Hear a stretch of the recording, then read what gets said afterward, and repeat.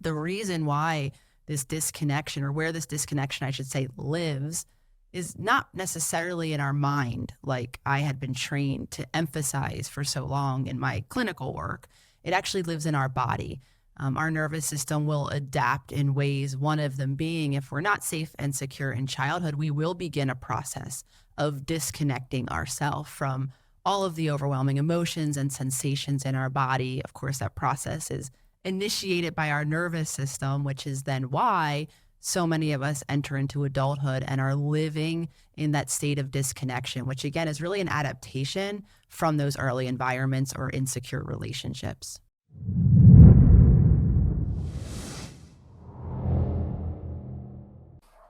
Dr. Nicole LePera, welcome to the show. Thank you so much for having me. I'm honored to be here. Nice to meet you. Finally, I've been following you for a while now, and I love the stuff you're doing. It resonates a lot with me, and I kind of laugh at your content a lot because it is so spot on. It's really spot on, and I can see myself in some of the situations, which is kind of unfortunate.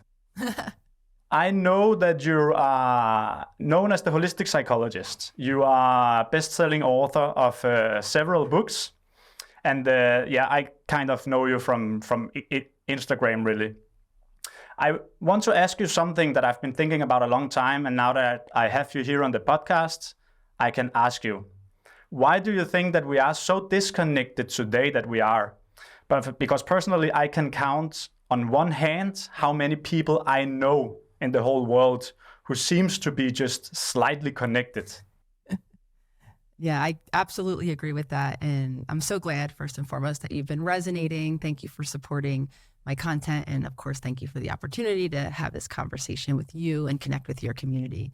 I always make a similar joke or observation when I'm thinking about those of us that are, to use the language I would use, securely connected, right? Safe and grounded in our bodies, safe and grounded within our relationships.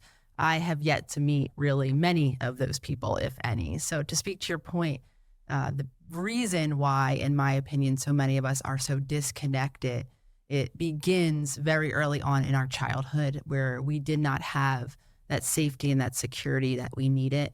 We did not have the caregivers that were consistently present.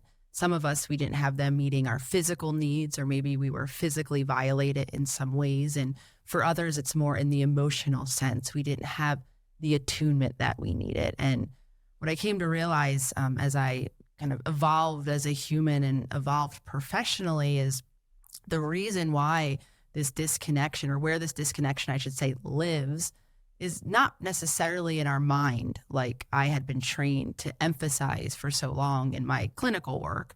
It actually lives in our body. Our nervous system will adapt in ways, one of them being, if we're not safe and secure in childhood, we will begin a process of disconnecting ourselves from all of the overwhelming emotions and sensations in our body. Of course, that process is initiated by our nervous system, which is then why so many of us enter into adulthood and are living in that state of disconnection, which again is really an adaptation from those early environments or insecure relationships. But does that basically mean that most of us have had dysfunctional childhoods? Because that's how I see it. Yeah, I think, more or less. And again, this was really a confusing aspect of my own journey, because I didn't have the traditional sense of, abuse or physical neglect. So I didn't necessarily have the language to understand or even, attest to, there still was dysfunction happening in my home. And when we really begin to understand our emotional needs, again, driven by our nervous system, the need to co-regulate with another safe and secure nervous system. And when many of us look back on our lineages, throughout the generations of time, the reality of it is, we were raised by individuals who didn't have, many of them, the education, the awareness, the same information that we have. Here I am saying it took me well into my 30s to even understand the nervous system and the body and really the importance of emotional attunement. So generations that I know came before in my household definitely didn't have that information. And again, many of us were also raised, by individuals who didn't have the actual resources to create those safe and secure or more functioning, if you will, habits and patterns that then they would model for us. So yeah, to simplify the answer is, I think to some extent at least, most of us as adults have had some dysfunctional cycles. Even the subtitle in my book is, break cycles, because they are passed on through what is modeled to us. And, I think to speak to your community, because you talk a lot about the body, what is also epigenetically passed on to us in our genetic expression. All right, Nicole, nice to meet you. I'm Jacob, and I was introduced to you by Mass because I don't have Instagram or anything. So I'm disconnected too. I'm disconnected from the social media, but I was fortunate to get introduced to your work, and it's very interesting because I had an experience earlier this year, actually with Mass, where we were doing some breathing, and during this breathing, it was very heavy Wim Hof breathing. I blacked out, and I was completely out. And my whole body was shaking, and everyone around me said that I was making noises and I was doing stuff. And I felt like I had just taken a nap.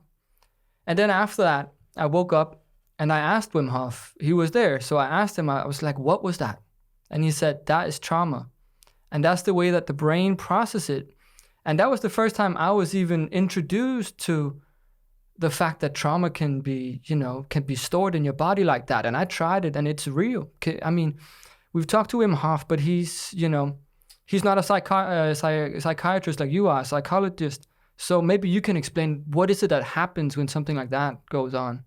Absolutely. And nice to meet you too, Jacob. Thank you for sharing that experience. And even being a trained clinical psychologist, the definition of trauma that I had been taught for the large majority of my schooling was really a definition that was applied to an external event. If it crossed a certain threshold, typically the definition was if there was a threat, right, to my physical existence. I think in the common traditional diagnosis of PTSD or post-traumatic stress disorder, then we label those events as traumatic. So like I was sharing earlier, I looked back in time from what I could recall of my childhood. None of that had happened. So I quickly assumed I didn't have trauma. However, by that point, I was working with a lot of individuals in all of these different treatment contexts, inpatient, outpatient, with people who had a lot of those boxes of trauma checked. Though what I saw was, to speak to your point, there was still a similarity in the symptoms that myself and those of us who didn't, check those more traditional boxes, and that those who did were experiencing, and a lot of similar ways that we were carrying trauma within our body. So very thankfully, there's come clinicians now, myself being one of them, who continue to speak about an expanded definition of trauma and really beginning to apply the label to not just what happened, though more so to what is the impact of what happened.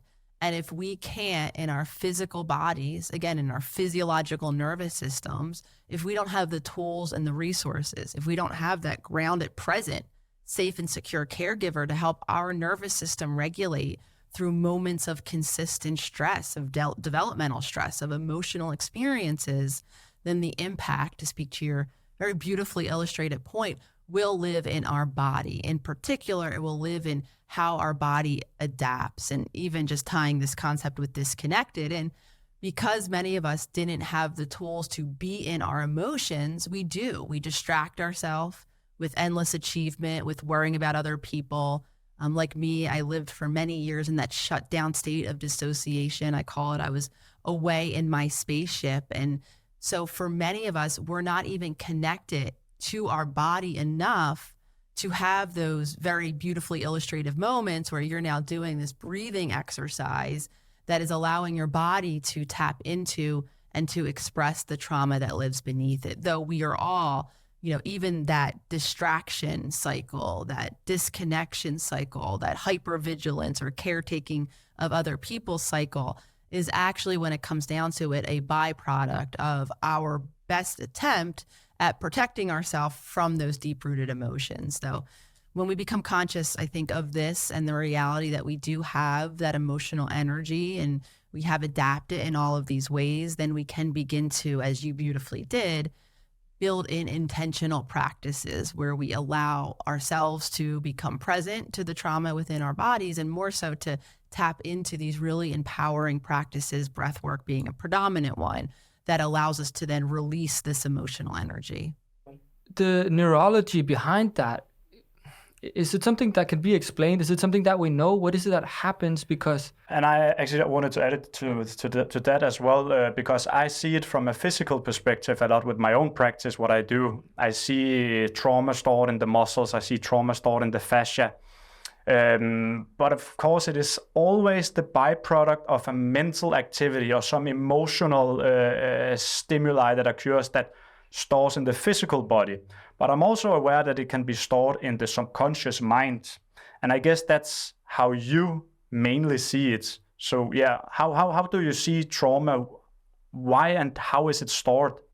Trauma is right, all of the dysfunctional, self-critical thoughts that run through our mind and the physiological impact of the beliefs that were created in our earliest environment. So it is the neurobiology, very much like you're beautifully describing, of our subconscious mind. And even tying, again, all these concepts together, I've come to realize, and I just use myself as an example, how our physical body, our posture, our musculature, right, the tension in our fascia muscles or our fascia, fibers, that is, in my opinion, we almost become, right, a physical representation, our physical being that is, of our subconscious mind. All of these neurobiological, emotional, mental patterns that, in my opinion, were born out of these earliest environments, the way our mind learned how to make sense of ourself, our place in the world, our place within our relationships,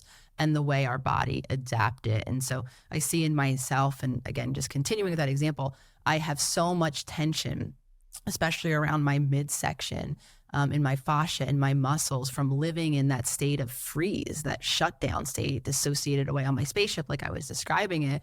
My body reflects that so much so. In this kind of protective stance, I have a very hunched forward rolled shoulder, protecting, again, my very vulnerable heart space, not having the safety and the security that I need it to be open, to be vulnerable, to be supported in these emotional moments. And so as I entered into my 30s, I became that embodiment, hunched over, tense, bracing, waiting for that next shoe to drop. And that was very much reflected in how I felt and the way I was manifesting or expressing in the world. So did you approach your trauma release from a physical perspective? Because it seems that you're pretty much aware of the posture thing and the breathing thing.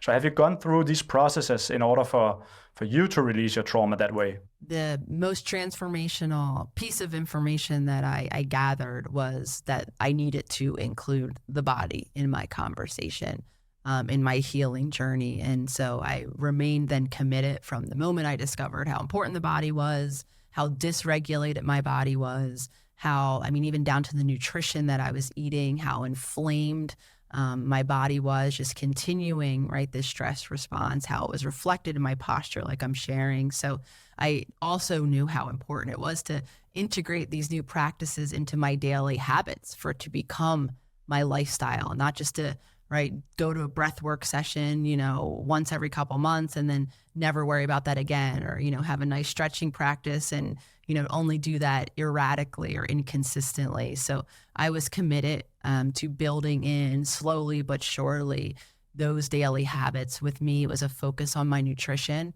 removing all of the inflammatory foods that I was eating that I know was damaging my gut. I learned the importance of the gut-brain connection, and for me, how damaged and porous my gut was, continuing my body's inflammatory response. So small choices throughout my day to not eat inflammatory foods and to make sure that I was getting the actual nutrients that I needed. And similarly, in terms of movement and stretching, to begin to release all of those very tense muscles. I really struggled to get a deep belly breath in because of my posture, because of my musculature tension. So while I knew breathing was really important, that for me had to go hand in hand with stretching and movement and releasing the tension. And then, of course, building in that daily habit of beginning to shift and get really intentional with the way that I was breathing to help use that as a regulatory tool. And I'm still, I mean, to this day, every morning I remain committed before I go about my day and have all these wonderful opportunities to talk about all of this stuff. I need to have some time in my mornings and of course throughout my day in terms of the nutrition piece to make sure that I'm doing and keeping all of those promises so that my body could continue to release all of that trauma or that tension, and so that I can be grounded and connected and present when I am giving these, conversations. We'll take a quick break to acknowledge one of our sponsors, Nordic Kings. I've been taking Nordic Kings products for more than 2 years now in everything from their bone marrow to their beef liver pills. And this is to spike my micronutrient profile without having to take any synthetic multivitamin pills, because I don't like the taste of organs. So this solution provides me with the exact same nutrients that I can get from the organs without having to eat them. And they're of course made from the highest quality, organic, grass-fed and free-range cows. And this is exactly why I've chosen to partner up with Nordic Kings for so many years now. Because I prefer quality over quantity and always nature first. You can save 15% off your next order by heading over to nordickings.se/en and use the code HOLISTIC15. So you talked about, I guess that's the holistic aspect of it. It's that you also have to have the right diet and nutrition, and your organs actually affect your brain and the electromagnetic fields and how it all ties together. I mean, right now what we're seeing globally, I guess, is so much depression, so much mental, so many mental disorders. I don't know if you want to put it that way because you're a professional, but could it be that people are not living holistically? They're not seeing the sunlight. They're not having the right nutrition. They're not doing any exercise, and they think, what is your thought on that? Depression, the symptoms of depression: low mood, no energy, right? Wanting to sleep a lot or sleeping a lot, no motivation. Those are just some of the clinical ways that you would check the box of, okay, this person's suffering with depression. I mean, not to go down in a whole nother rabbit hole though, I start to think about societal and contextual factors, right? And the financial insecurity and sometimes even the physical insecurity and the dangerous environments that so many of us are living on. How could we not begin to feel those symptoms? And then on a more physiological level, those symptoms actually are the same symptoms that happen when our nervous system is in that shutdown state, meaning when we have overwhelming amounts of stress, consistent stress. For some of us, stress we've carried from our childhood. For others, stress that we're continuing to experience based on our environments or our, financial lack of security, or the food that we're eating that's inflaming our nervous system. Those are the same symptoms that happen when your nervous system is shut down. Your muscles become completely, flaccid in a sense. You become couch locked. You don't have motivation. Your mood is completely low. So I think, what again, a lot of us are seeing on the surface and calling, these traditional psychological diagnoses I'm starting to realize more often than not, they do have an underlying physiological component to them, which for me was very hopeful. I wasn't necessarily on the depression side of things. I was on the lifelong anxiety throughout my 20s, having panic attack after panic attack. Again, this was another diagnosis that I had learned in my schooling that was lifetime. It was just something genetically that was wrong in your brain that you had no opportunity to really heal in any way. And learning new language, that anxiety is a very common response of our nervous system when we're under supported and we don't have the resources of physiological regulation. That comes again when I'm eating inflammatory foods, when I'm not sleeping the amount of hours, when I'm keeping myself pushing my body past my limits to, do all of this achievement, and again, all out of a protection. Now I had a bit of hope. Oh, okay, this doesn't necessarily have to be something that I always live with. And that's when I went down that path that I described earlier of beginning to shift those lifestyle habits. And now at this point, I mean, yes, anxiety is a common experience in our human reality, meaning it's a physiological marker anytime we feel afraid or, nervous about something that will be that, but it is by no means how I identify as an anxious human anymore. But isn't the anxiety really just the byproduct of imbalance of not being where you're meant to be physically and mentally. Because I have been down that path as well, having severe panic attacks, having regular anxiety. And I saw it as a message for me to stop living this dysfunctional, shitty life that I had with all the bad habits that I had back then. And when I started getting my shit in order and got rid of all my dysfunctional relationships, started becoming more healthy, started becoming more educational, it just went away. So I don't know where it came from, but I know how it got away. Thank you for sharing that with me, Mess. And yeah, so anxiety, if we want to continue to talk about the nervous system, it's an overreactive, sympathetic or fight or flight response. And it's very appropriate.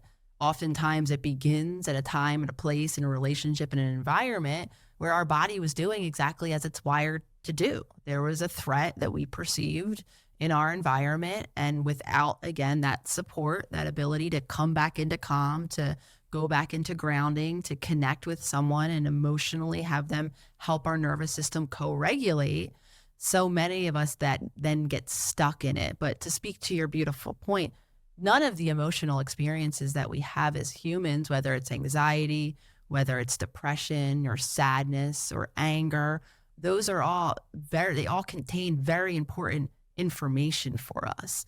They help us assess how we're experiencing the world around us, because something that I think is an expectation that some of us have is this idea that once we're quote unquote healed, if that is even a possibility, which I could argue is not necessarily the case.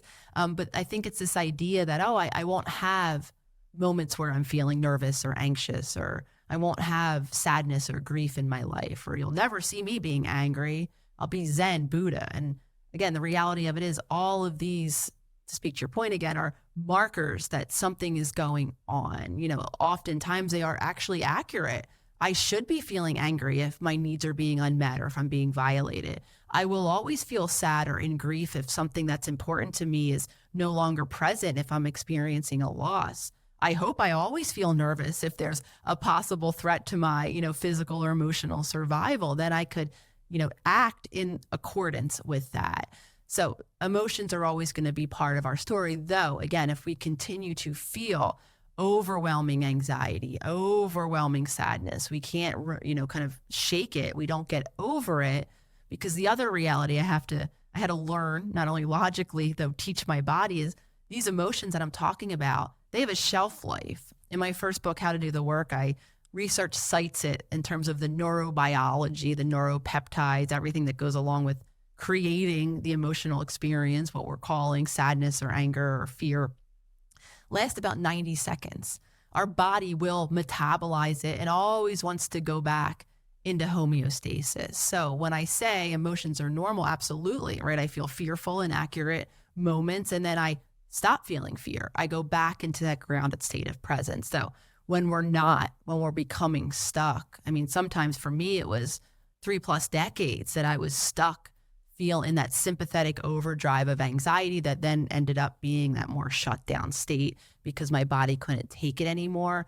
Then absolutely, they become a marker for us to say, oh, okay, I'm feeling this for a reason. It might not be accurately assessing what's happening now. Some of us have carried it from our childhoods. And now, like I was sharing, I have the opportunity to make new choices to shift my physiological experience. Epigenetics. Epi means above in Greek or Latin or something. So it's basically above genetics, meaning we have found out, or Bruce Lipton has found out, through transferring cells, stem cells, into different environments, he found out that a brain cell can become a bone cell, or something that was bone marrow can become tissue, or something like that. They would change according to the environment, which is something we didn't think was possible. And what that leads to is within our own body, if we change the environment, I'm guessing food, but I'm also guessing thoughts, which is mainly what epigenetics, in my understanding, is that if you change your thoughts to something positive and you don't think that you're sick, or you think that you will become healthy, or Or the other way around, if you think you are not, then you will become sick. So you're basically controlling your own body or your own genetics through your mind. Is that correct? Or how would you describe it? Learning about epigenetics, and I too thank the gift that is Bruce Lipton in teaching all of that. Because again, I came from an alternate kind of scientific understanding, which was this idea that the genetics themselves were the be all end all. They would determine, your personality, what, you struggled with physically, emotionally, and everything in between. And so this new finding of the reality, and yes, it is kind of above the genes. So yes, we all have a certain, DNA sequence that's genetically similar to, our parents. Though what will determine whether or not certain genes are expressed or are not expressed, turned on or off, is the environment, the mental environment, like you're sharing very beautifully in terms of the environment of the way we think, the physiological environment of our internal landscape, our nutrition, how our nervous system is functioning. And then, of course, in my opinion, both of those more individual, the way we're thinking, the way what we're believing, the way our physiology is functioning are greatly impacted by our external environment, by what's happening around us, like I was sharing at the beginning, by the safety and security of these connections that we physiologically are completely dependent on in the state of development. When we're born, our entire body, our brain and our nervous system is still actively developing.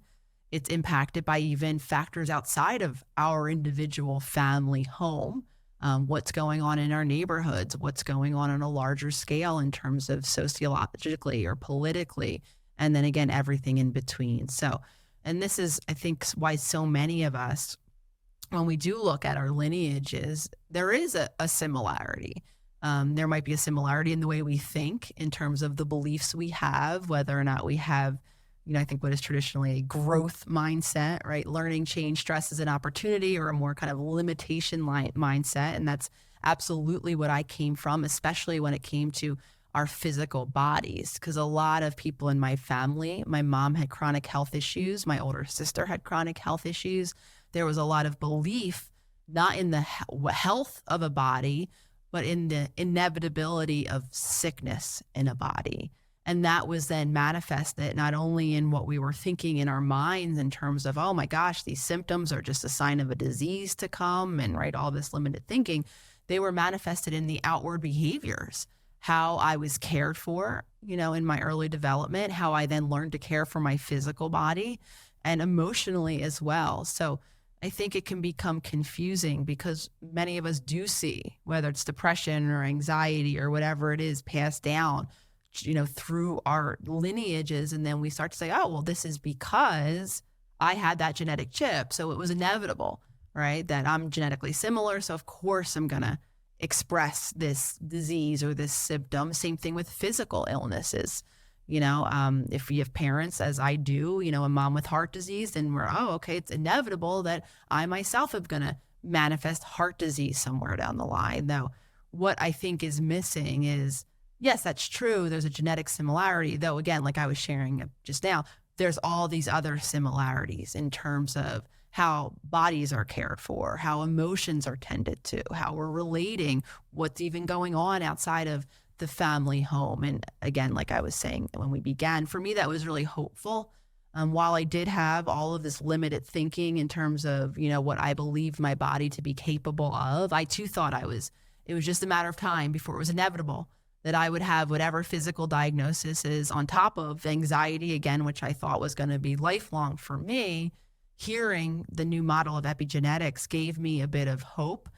Those limiting beliefs didn't just go away overnight. I had to begin to act in accordance of health by caring for my body, by tending to my emotions. And those beliefs didn't change overnight, though now, many years into this journey, because I've been able to empower myself with the control that I have. I've been able to relieve the anxiety like I'm sharing. I've been able to break a ton of other habits that were passed through my generations. I've been able to teach my body physiologically how to tolerate stress and upsetting emotions without checking out like I once had to.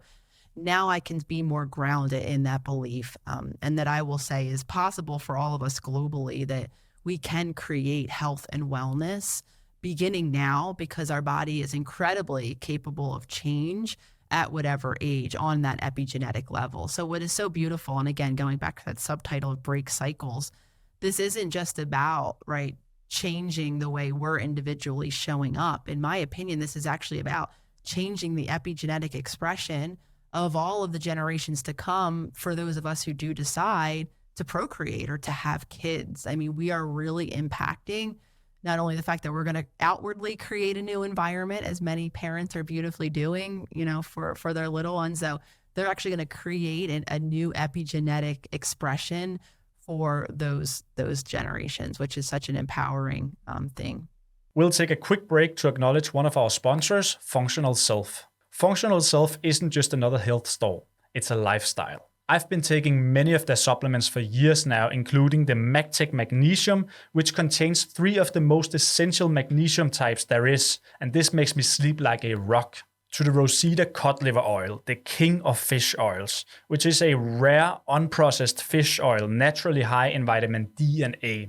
And this is actually one of my favorite products. I've been using it for many years now, and I'm even giving it to my 2-year-old daughter. Functional Self offer a carefully curated range of biohacking tools, supplements, and functional foods that are scientifically proven to restore optimal health. So if you're serious about taking your health to the next level, check out the full range at functionalself.com and save 10% off your first order by using the code HOLISTIC10.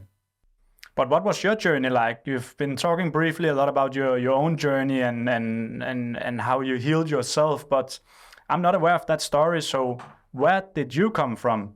What was your trauma like? And how did you end up to become such a guru that you are today? So for me, and again, I would have never imagined or thought or labeled, what happened in my childhood as anything other than normal. That's very much, upwards into my 30s, how I imagined my past was, though something that I did notice quite early. And I would notice this, I think probably around high school, when I would hear from friends who would share, kind of quote unquote memories, or, those snippets or like childhood moments with me. Oh, this is what, it was like Christmas is in my childhood, or I remember this when I was younger. And I started to notice that I didn't have that same ability to recall my early childhood at all. And so much so that it became a running joke in my friend circle that Nicole just never remembers anything, because I would see that same lack of ability to recall in relationships with my friends. Oh, do you remember when we were here last year? No, we were. Oh God, it feels familiar. And it was always like this joke that, oh, Nicole just has a bad memory. So that was always kind of in the back of my mind. It's like, that's weird. Why does everyone else seem to have this ability to recall their past and I don't? So of course I began to spiral into this concern of maybe there's something wrong with my brain. And right, I had anxiety all of the while. So I was entertaining all of these ideas that structurally maybe I did have something problematic or happening. And so now flash forward, many decades, I was entering in my 30s. At this point, I was near licensure if I wasn't already licensed. I had a private practice. I was working with people, like I said, with all of these different, traditional traumas, as I had learned. And I started to faint out of nowhere. So on 2 occasions, I completely lost consciousness. One of the times I hit my head quite hard. I ended up getting a bit of like a concussion, post-concussion syndrome right afterward. And at that point, I was like, oh, well, something clearly, here it is. Here's that brain thing that I've been waiting my entire life to manifest. And that's actually what sent me online to do some research, I think as many of us do. Before I went to the doctor, I was going to figure out all of the Google diagnoses that this could be. And that's when I met the work of Bruce Lipton and all of many others. And I kind of went down this rabbit hole of learning about epigenetics, the nervous system, what could have been causing this loss of consciousness, or what could have caused it or contributed to it. And now I started to have some degree of understanding with why I never recalled what it was that happened. Because in early childhood, while I always had a caregiver, it was my mom who was in care of the home and care of raising myself and my 2 older siblings. She was always physically present. one of the major ways too that she quote unquote connected with us was through caring for me physically, making my favorite meal, making sure I was tended to in that way, though based on her own past experiences, what happened in her own childhood home. Also, several things had happened with my older sister. My sister's 15 years older than me, so there was a significant amount of time where I was not part of the family. So my sister had a pretty major health crisis when she was a very young child.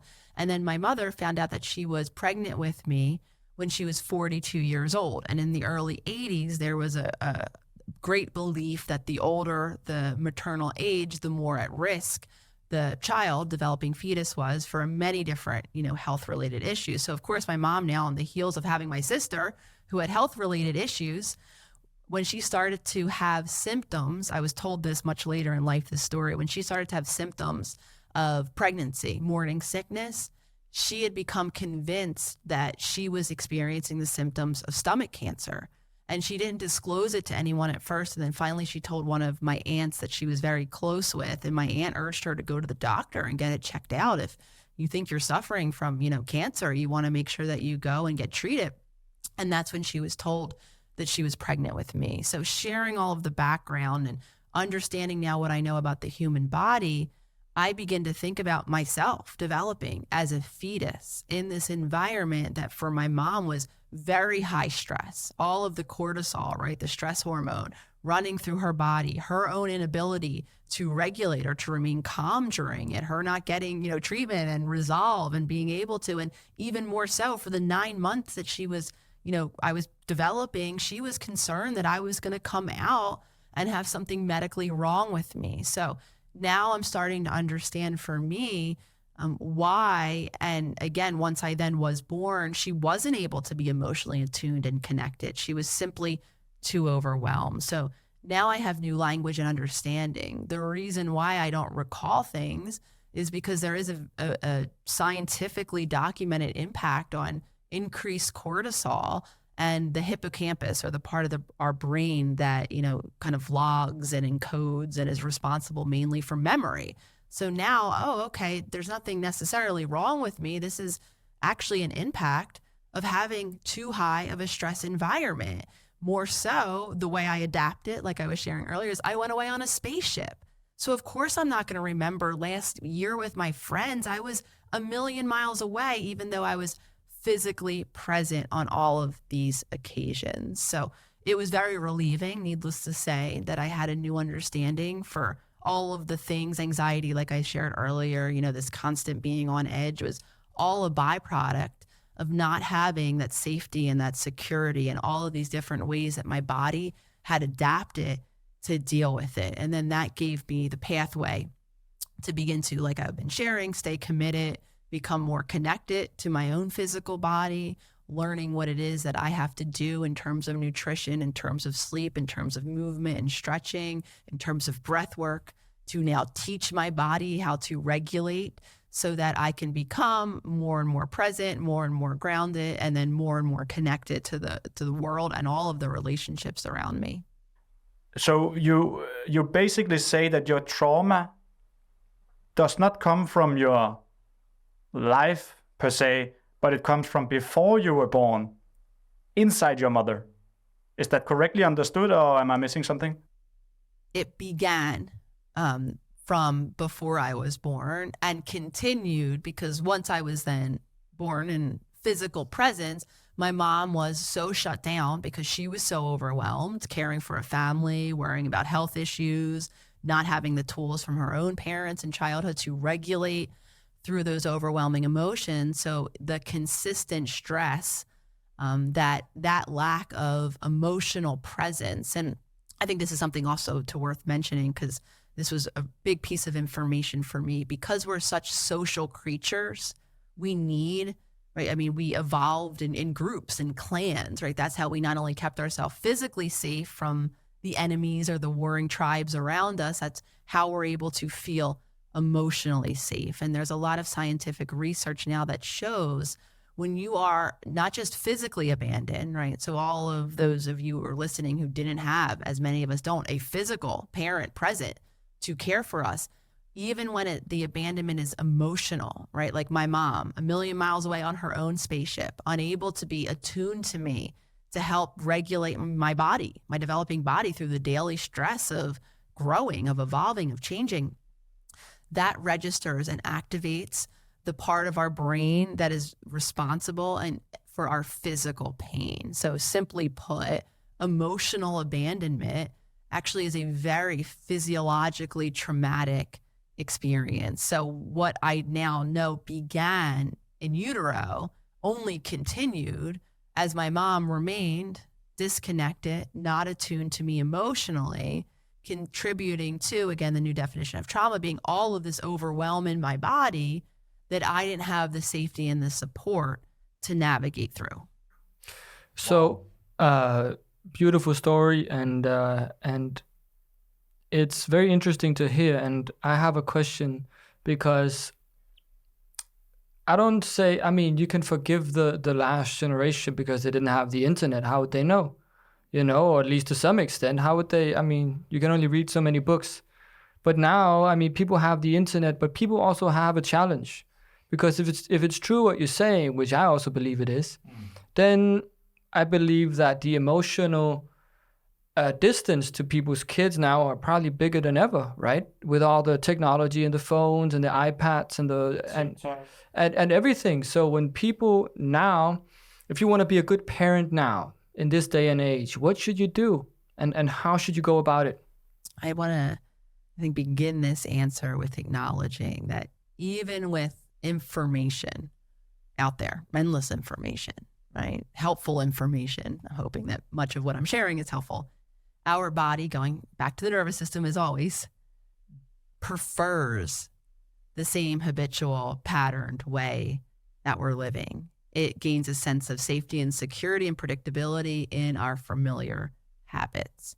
So to actually create change, it's not just about, I'll always simplify it into 2 steps. The 1 step being become aware, gain this new information, right? See all of the ways that you're, as we started this conversation, disconnected, and begin to make new choices to reconnect with your physical and emotional body, and then ultimately with your children. That's step 1. Step 2 then is the embodiment of making those daily choices to actually do that. And as we begin to employ or to utilize, translate, if you will, this insight into action, our nervous system is going to resist it, because it's going to, right, in the uncertainty of what comes next, even if logically, well, what comes next is more connection to yourself and to your children or to your loved ones, how logically, beneficial that is. Down to our physiology, it's unknown, unpredictable, and therefore possibly threatening. I would prefer to stay in the familiarity of my old habit. So I just wanted to acknowledge that, because I think we can shame ourselves as we struggle to, utilize these new tools, create new habits, because we're actually wired against changing. And again, this all kind of wraps back into, we have to teach our body how to tolerate the natural stress of newness, of change, of reconnecting with all of the underlying trauma. And as you experienced, Jacob, that you shared earlier, right, all of this, dysregulated emotion coming out, expressing through your body, we have to begin to be present to that. So it's an incredibly difficult journey, though. Then to answer your question, being present with our children, right? Being that grounded, being who's not only in physical care, though in emotional care, right? Which doesn't look like, because this is another, I think, overcompensation that's very well intentioned from parents, especially parents who know from their own childhood that they had difficult experiences or traumatic experiences. A lot of us want to, right, buffer our kids or become, at least here, I don't know if it translates, a helicopter parent, right? I'm going to make sure my child never solve all of their problems for them, right, before they even cause them any concern. And to be present means not to necessarily buffer our child from the world, though to walk alongside them as they learn how to navigate the stress and upset, back to the conversation we're having on emotions, that are going to be naturally part of their human experience. So while, again, there's endless information online and, parents can be very tempted sometimes for very well-intentioned reasons. Oh, I'm learning, so I'm always scrolling. It really is about being conscious. I will never say that information changed my life, allowed me to change my life. Though I do think some of us use searching, learning as just another point of distracting from being present to what's really going on in my body and to being present to my children or my loved ones around me. Though the more conscious, like we've been saying, we've become, the more then we empower ourselves to make choices, maybe to disconnect from learning into being mode, maybe learning how to, navigate the resistance to continue to make these new actions or to do new things, even when it's hard. Because the thing that our children are going to learn and be impacted by so much more than what we're saying for them to do is what we're doing, what we're modeling, and more so how they're experiencing us in relationship with them. Interesting. And just to extend that question, because how big of a blame does the school system have then? Because the kids they are with their parents a lot, but the school system is outdated. It's ridiculous. I think it's just my own opinion, and I would like to hear your opinion too. You teach the kids that they know that certain things are already certain, that they can't be changed, that there's scientific consensus, that this is how it is and it cannot be changed. And what they're basically teaching them, and also their parents, which has also been taught up in this system, is that we are not supposed to adapt to our environment. We're supposed to live in boxes and things will not change. How big of a blame does that educational system have? Education, I think, especially the large global majority of educational systems that do have a one-size-fits-all model, right? A belief about what even intelligence is, right? It's a scholastic approach of taking these certain tests and passing these certain, aptitudes at any given time. I think that any time, and I can expand this beyond school, any system that tries to put the beautiful diversity that is humanity and the human experience into a box, especially when it's the education system at such a developmentally sensitive age, where, to speak to your point, children are spending so much time, just as much, if not more time than some of them with their own parents, how greatly problematic that can be. And, I've heard from even people very close to me, really traumatizing experiences that come from that school system, this one belief in what intelligence is and how you have to fit in, and all of then the response that happens when you're not fitting in, how you're labeled, how you're, sometimes even shamed by teachers, very well-meaning teachers who are feeling insecure and threatened themselves, of course. So I think on the global scale, I'm hoping that education in and of itself, I'm beginning to see shifts in terms of new educational models that do foster a more individualized learning approach. There's a big movement toward, to homeschooling and unschooling. I don't know if you have that there, but we definitely are seeing a bit of that here, which allows children to not only focus on their individualized intelligence, though to foster their own curiosity and exploration and even creating their own curriculums.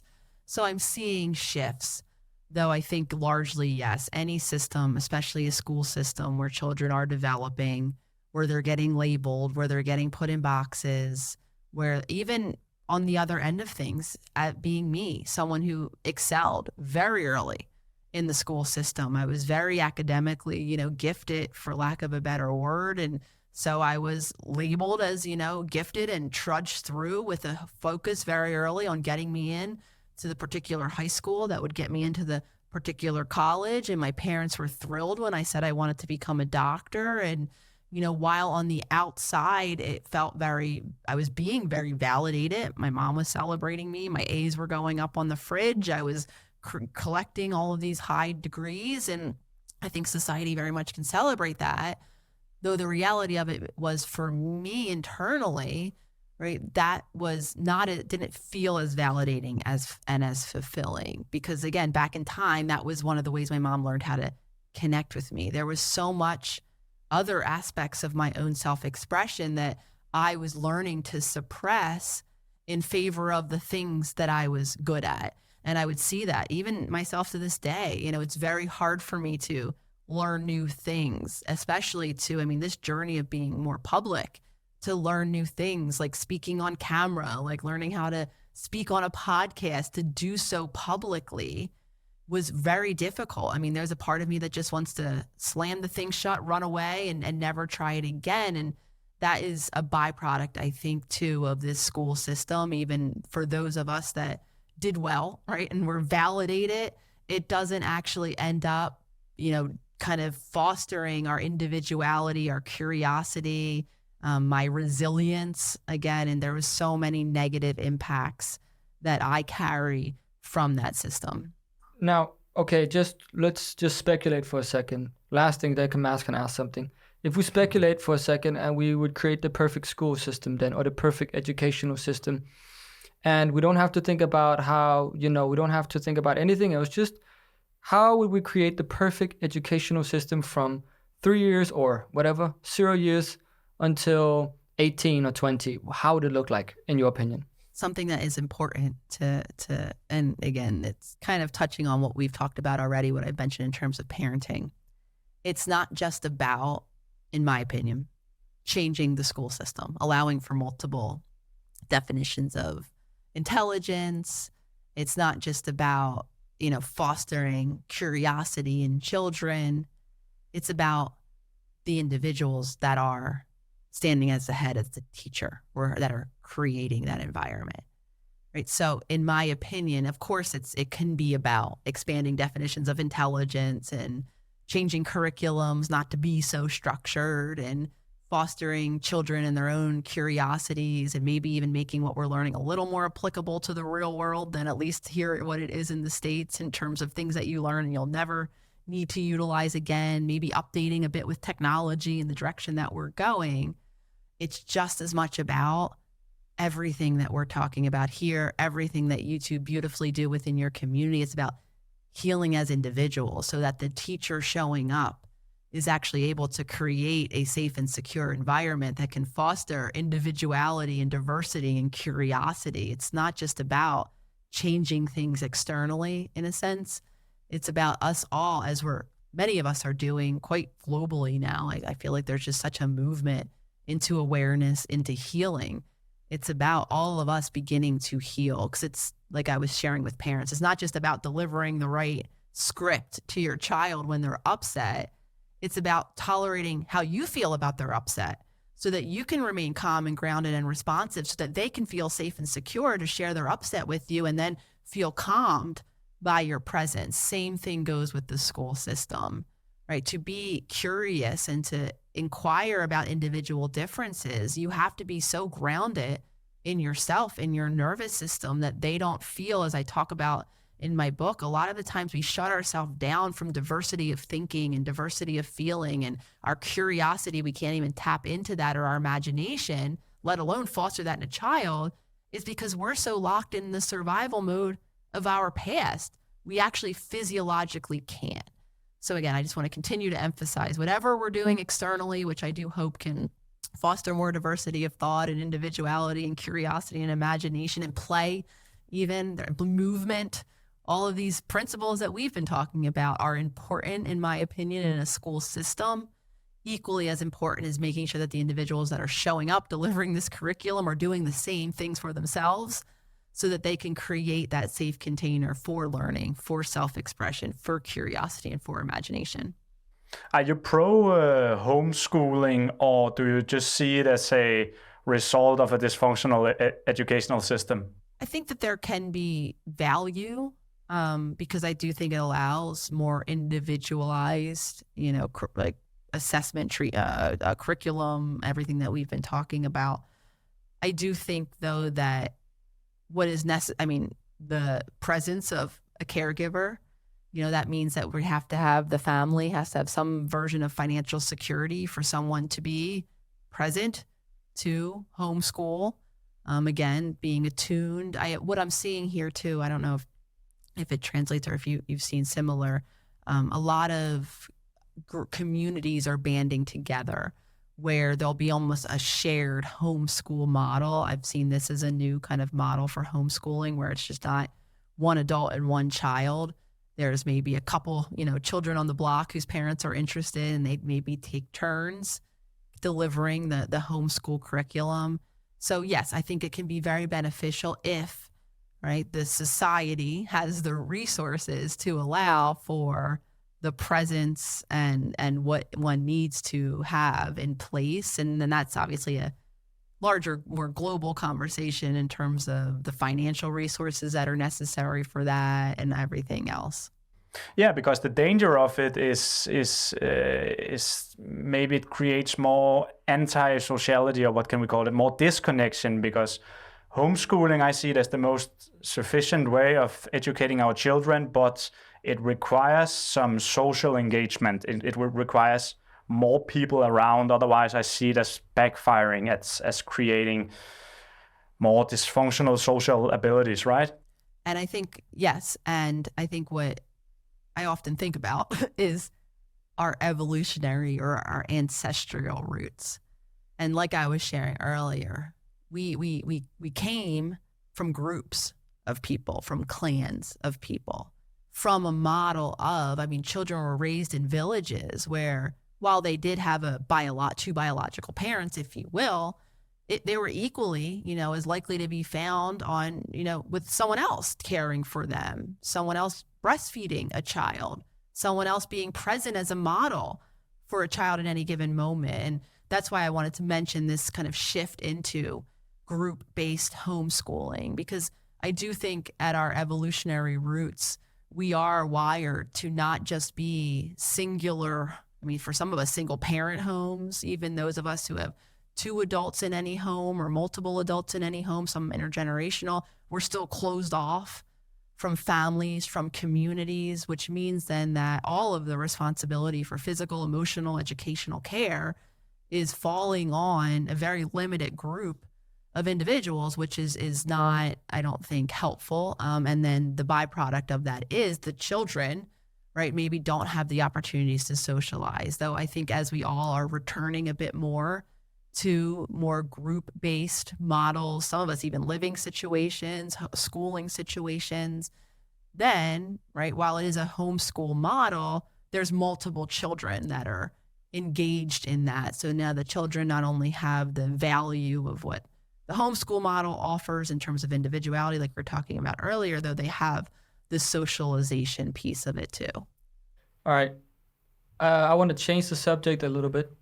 The heart and the electromagnetic field, or as I see it, I think you call it the heart-brain coherence. I think similar to, is it HeartMath Institute that's been doing groundbreaking research on how we've found brain cells within the heart, and they're actually communicating because the heart has the biggest pump, which is then in turn creating the biggest electromagnetic field, which extends around your body. But not only that, it communicates to your brain. And your brain also has an electromagnetic field, which everything has basically. But your heart is really the driver of that in your body.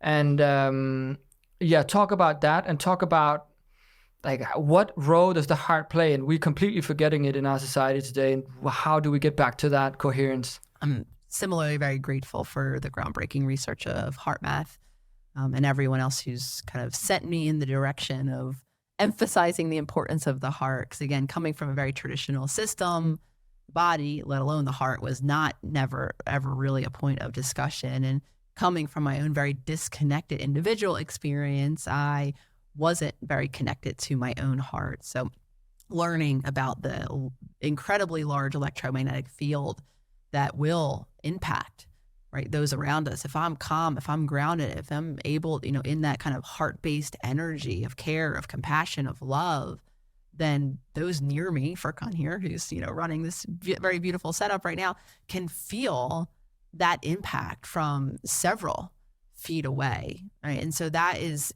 so incredibly powerful. And then to speak to your point, all of the while, my heart is coordinating activity with my brain. And when I'm in that state of heart-based awareness and coherence, right, when I'm able to feel not only grounded and connected to my heart, when I'm able to generate those positive emotions the care, the compassion, the love, I'm actually now able to impact the way not only my brain is functioning in terms of my brain waves, though, the way all of the systems, the physiological systems in my body, they're able to be more harmonious together. There's been now research where, right, physical disease decreases, emotional resilience increases. So learning about that was part of the journey. And for me, as we've been talking about, remaining then committed to reconnecting with my own heart, to being safe in my own stillness.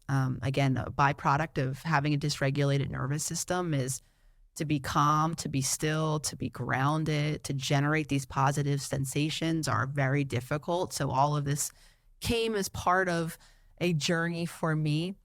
And then learning about a concept, not only just heart-brain coherence, right? The impact that I can have on my own brain, on my own physiology, that my calm nervous system can have on another individual. Learning about, as I write about in How to Be the Love You Seek, about social coherence. And now studies that are mind-blowing to me of individuals who, not even in the same physical location, who take a moment of their day at the same time to be in that state of heart coherence, to turn their attention to their heart, right, to really generate and access those embodied, positive, heart-based feelings, are actually able to impact the environment and the communities around them. Some mind-blowing studies of during war or high crime time in a particular city, having the crime reports drop down, having the war deaths decrease significantly in that exact time period where that was happening, and even translating that research to, sports teams and employment-related environments where there's a more synergy in their performance. There's a more harmonious creativity in the business aspect of things. So I got really, I love the science behind things. I like to know that it maps onto an actual energetic reality. And for me, that was what learning that was the inspiration, if you will, for me to continue to stay committed to my own journey of living in heart-brain coherence, knowing that as we're continuing to others learn about this and become more coherent ourselves. Again, this I think could sound like a very lofty, statement for some, but I really believe in the life-changing, world-changing power that our heart coherence can have as more of our communities and systems become more socially coherent. It will then bleed out to even those of us who've never heard about these concepts. And for me, that's just so very inspirational. I think it's also what many people has referred to as law of attraction, or as you write it, be the love that you seek. Because if you put stuff out in your electromagnetic field and you are open to the idea that things can happen, I can tell you just, some people would think it's a stupid story. I don't. I was in China earlier this year, and I was very depressed, or not depressed, I was down. I didn't know what to do. I was confused. And I was thinking about going to India. And I was like, nah, fuck it. I'm not doing it. I'm going back to Denmark. And then I was in my friend's apartment, and I went out to brush my teeth. And right there on the toothpaste, it said Himalaya.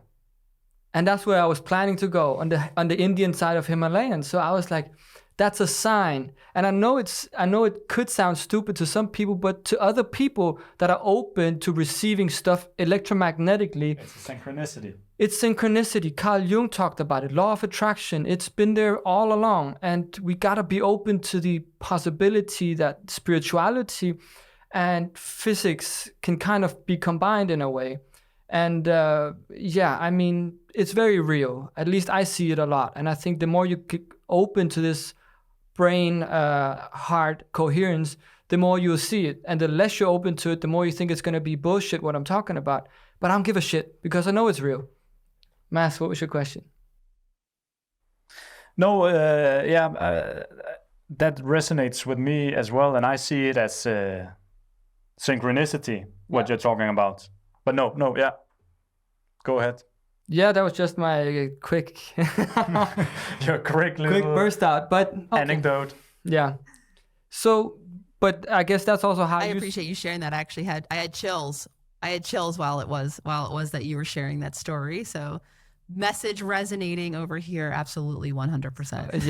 Yeah, and I guess that's also what we're seeing, and what you're explaining is that these things, even though it can be communicated to your brain really quick, and it can be communicated to the person next to you, it can also be communicated much faster than the speed of light, which is what they've been doing studies on too, that you can, through quantum entanglement or whatever you want to call it, which we don't even know how to measure it yet, much faster can be communicated, you know?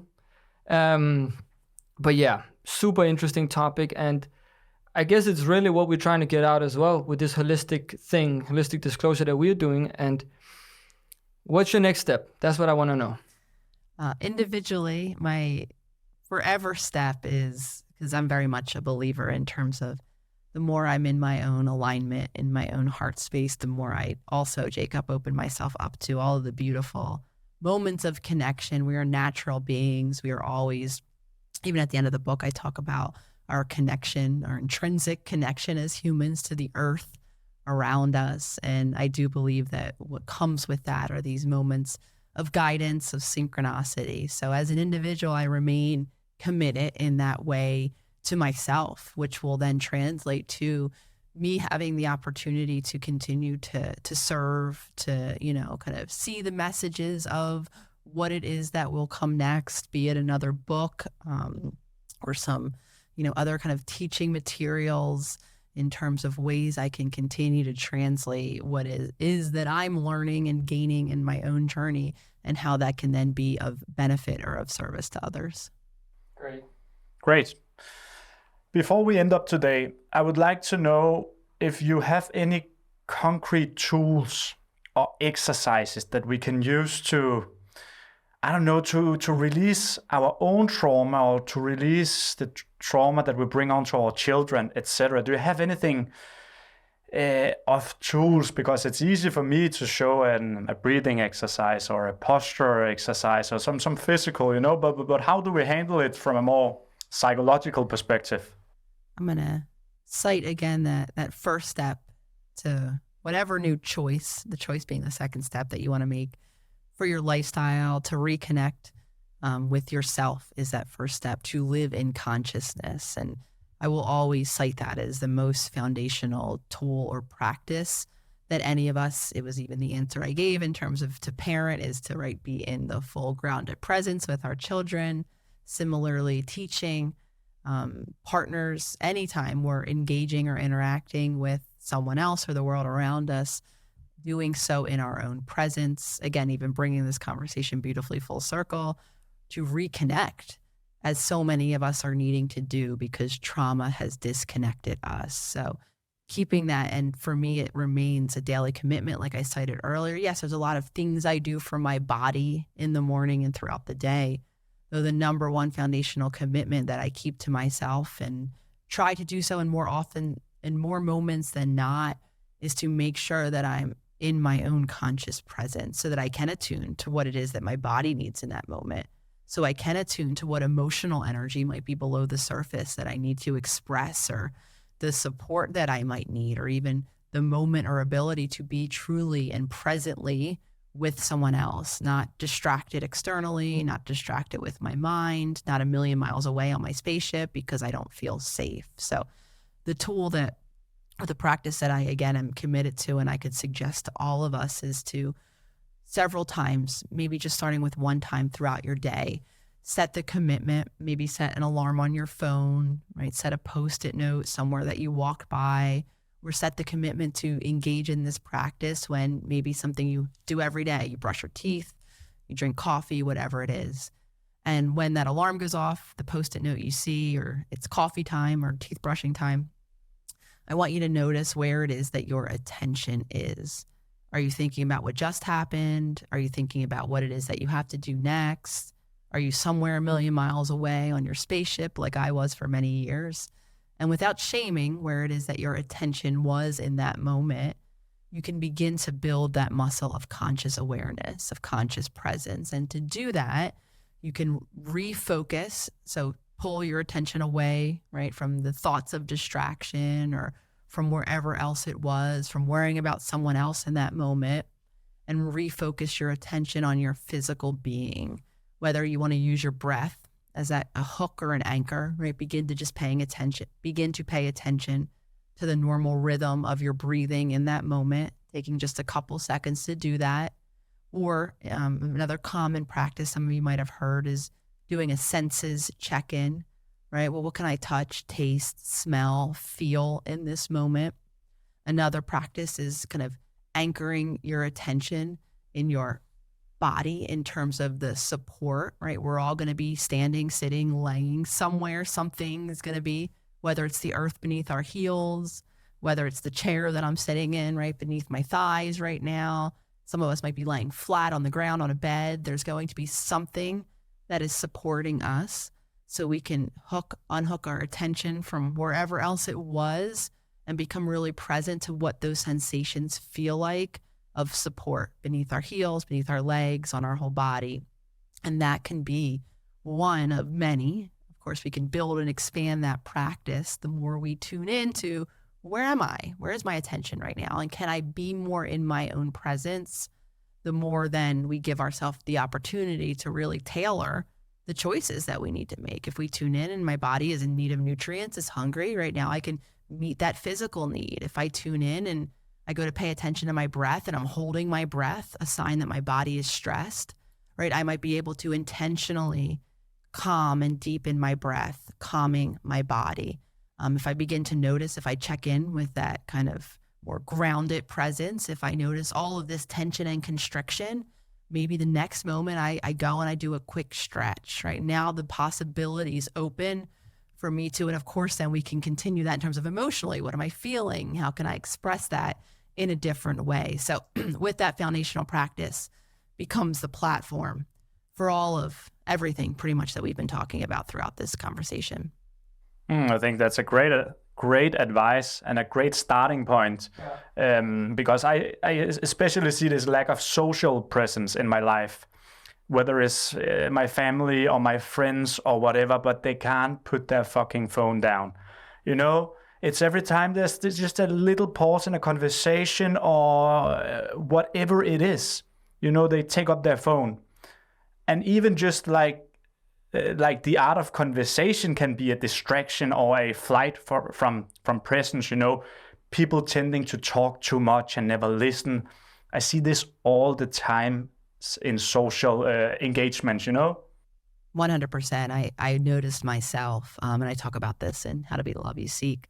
I had a habit of filling the air because I really struggled with silence, aside from, of course, a phone habit that I think many of us have, but socially, I would notice when out with friends, if there was ever a lull in conversation, I would quickly try to fill that space of silence with a silly story, a superficial thing, sharing about my latest problem, issue, or concern.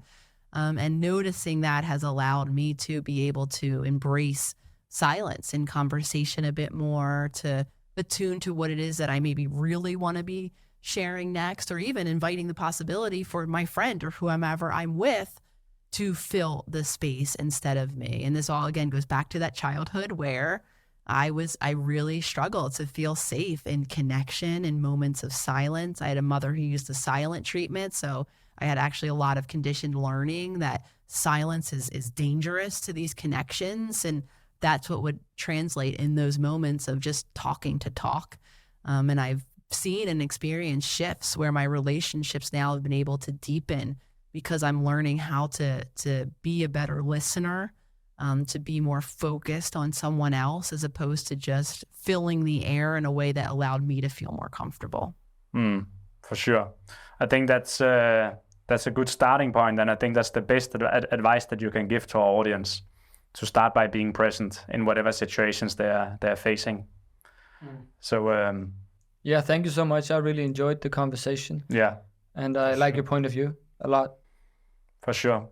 It was nice to have you here, and amazing to talk to the person that I've been following for a while, and seeing all your lovely posts on Instagram.